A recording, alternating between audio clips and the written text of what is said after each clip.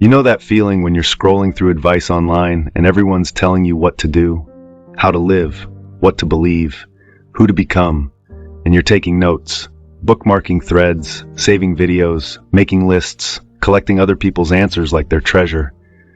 But here's the weird part. The more answers you collect, the more lost you feel. Like you're carrying around this heavy backpack full of everyone else's wisdom, and none of it fits. None of it feels like yours. I think we've created a culture of professional followers. People who've gotten really good at consuming ideas, but terrible at having their own. You watch someone's morning routine and try to copy it. You read someone's philosophy and adopt it wholesale. You hear someone's take on life and repeat it like it's gospel. And maybe it works for a while. Maybe it feels like progress. But eventually you hit this wall where you realize you don't actually know what you think. You just know what everyone else thinks. And you've become really good at echoing. There was this philosopher, Nietzsche, who wrote something that makes people uncomfortable. He created this character, Zarathustra, who goes up into the mountains and discovers all these truths about life, and he comes down to share them with people. People gather around him, start following him, hanging on his every word. And right when you'd expect him to build a movement, to create devoted followers, he does something strange. He tells them to leave, to stop following him, to guard themselves against him, which is the last thing you'd expect from someone trying to spread their message. But that was the point, because Nietzsche understood something most people miss, that the moment you stop questioning and start blindly following, you've lost something essential. You've traded your own perspective for someone else's map. And maps aren't reality. They're just representations. Useful, sure, but incomplete. And when you follow someone else's map without question, you never learn to navigate on your own. Let me tell you a story. Not from Nietzsche, but it captures what he was getting at. There's this student who goes to study with a farmer. The farmer's wise, been farming for decades, knows the land intimately, and the student is eager, asks questions constantly. Why plant this here? Why water at this time? Why rotate these crops? And the farmer answers patiently.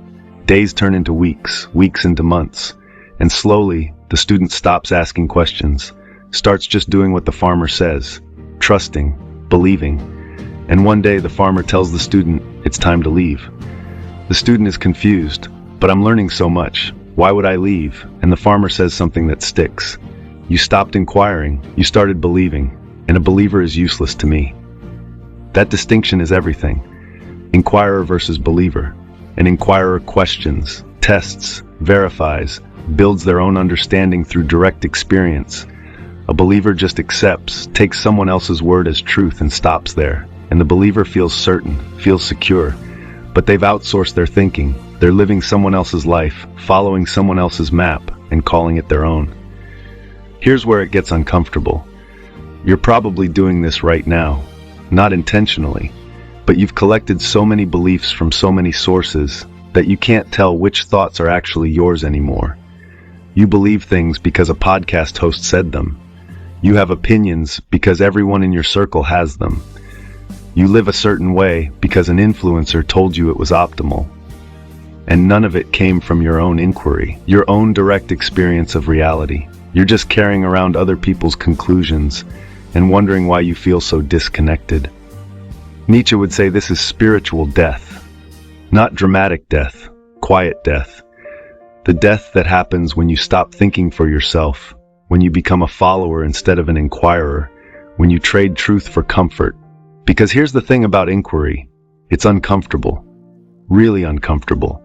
It means admitting you don't know. It means questioning things you've already accepted. It means standing alone sometimes with your own half-formed thoughts while everyone else has their neat, borrowed certainties. But here's what followers lose that they don't even realize they're losing. Direct contact with reality. When you follow someone else's map, you're seeing the world through their eyes. You're not experiencing it directly. You're experiencing their interpretation.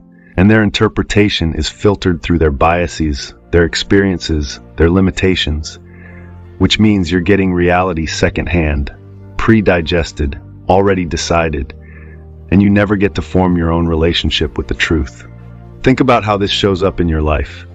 Someone you respect says a book changed their life, so you read it expecting the same transformation.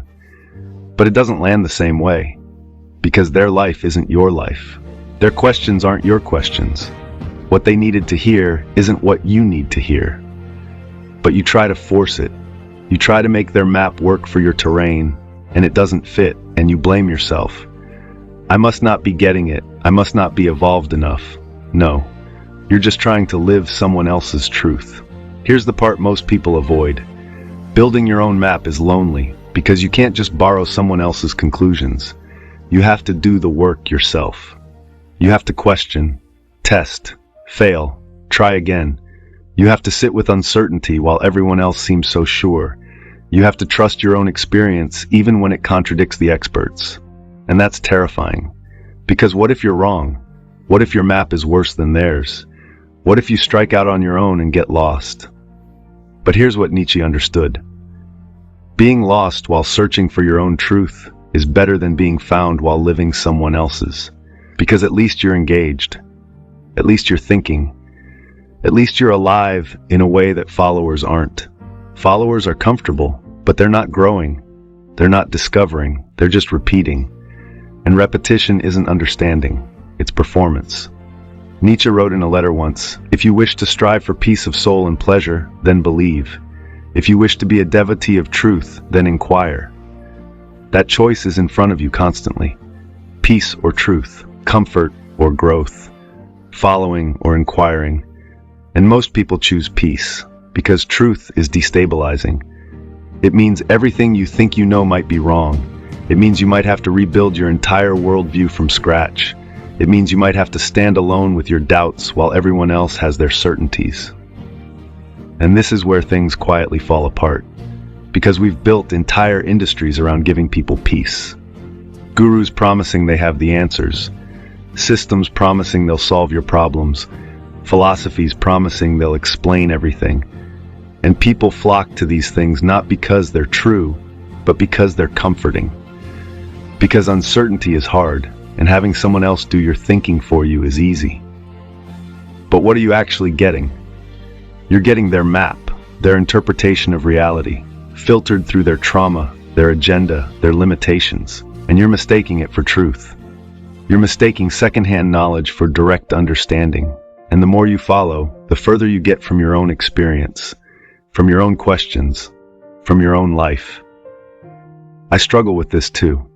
I catch myself doing it all the time. I'll read something and think, yes, that's true, without ever checking if it's true for me. I'll adopt someone's framework without testing it against my own experience.